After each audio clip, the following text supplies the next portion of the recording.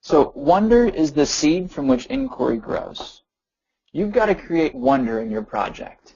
If I give you the nuts and bolts and you just rearrange your typical unit a little bit, you will likely have some success, but you're not going to knock it out of the park. You've got to develop some kind of wonder in kids, all of those kids.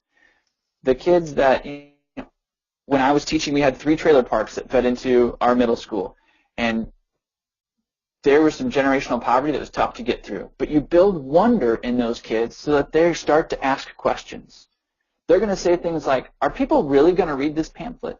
When I make this pamphlet, is it really going to go into a doctor's office? And I'll tell you now, you need to be able to say, yes, it's going to go into Dr. Smith's office, and it's going to be there. And if you go there, you will see it. And people will learn from hemophilia because of your pamphlet. That starts to develop wonder. That's when kids start to ask questions, and that's when it starts to get really, really exciting. Here's the nuts and bolts.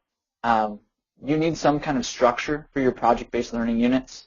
The group that's listening as a staff, you should customize the structure. This is what we use. We use these 6 steps. There's nothing really special about them. It's just like the engineering design process. Your scientific method is kind of built the same way. But we just picked this. You identify a problem. What's the problem? There are kids that are they have genetic diseases. They're just finding out, and their parents don't know what to do. What's the success criteria? Number 2. Well, we need to create some type of public service announcement or brochure that informs them. Great. What are some possible solutions? Well, we could, depending on your voice and choice level, whatever you're comfortable with, we could make a brochure, a radio PSA, a video PSA, any number of possible solutions. Kids are going to pick a solution, and now they can get in groups, right? So project-based learning does really well with groups. You should have group contracts as that side note, but you don't have to be in groups all the time.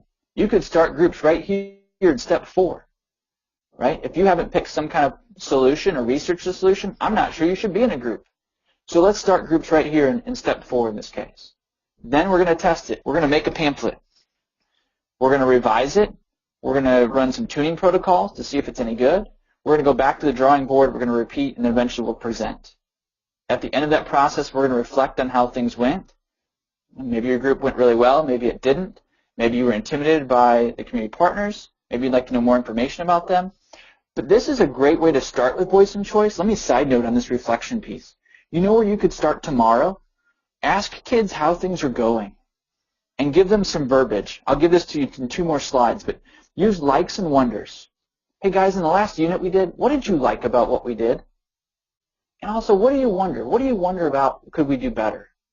And just ask them, and then find one thing that they said that you can act on. And then when you do that, you start to develop trust in that voice and choice. And then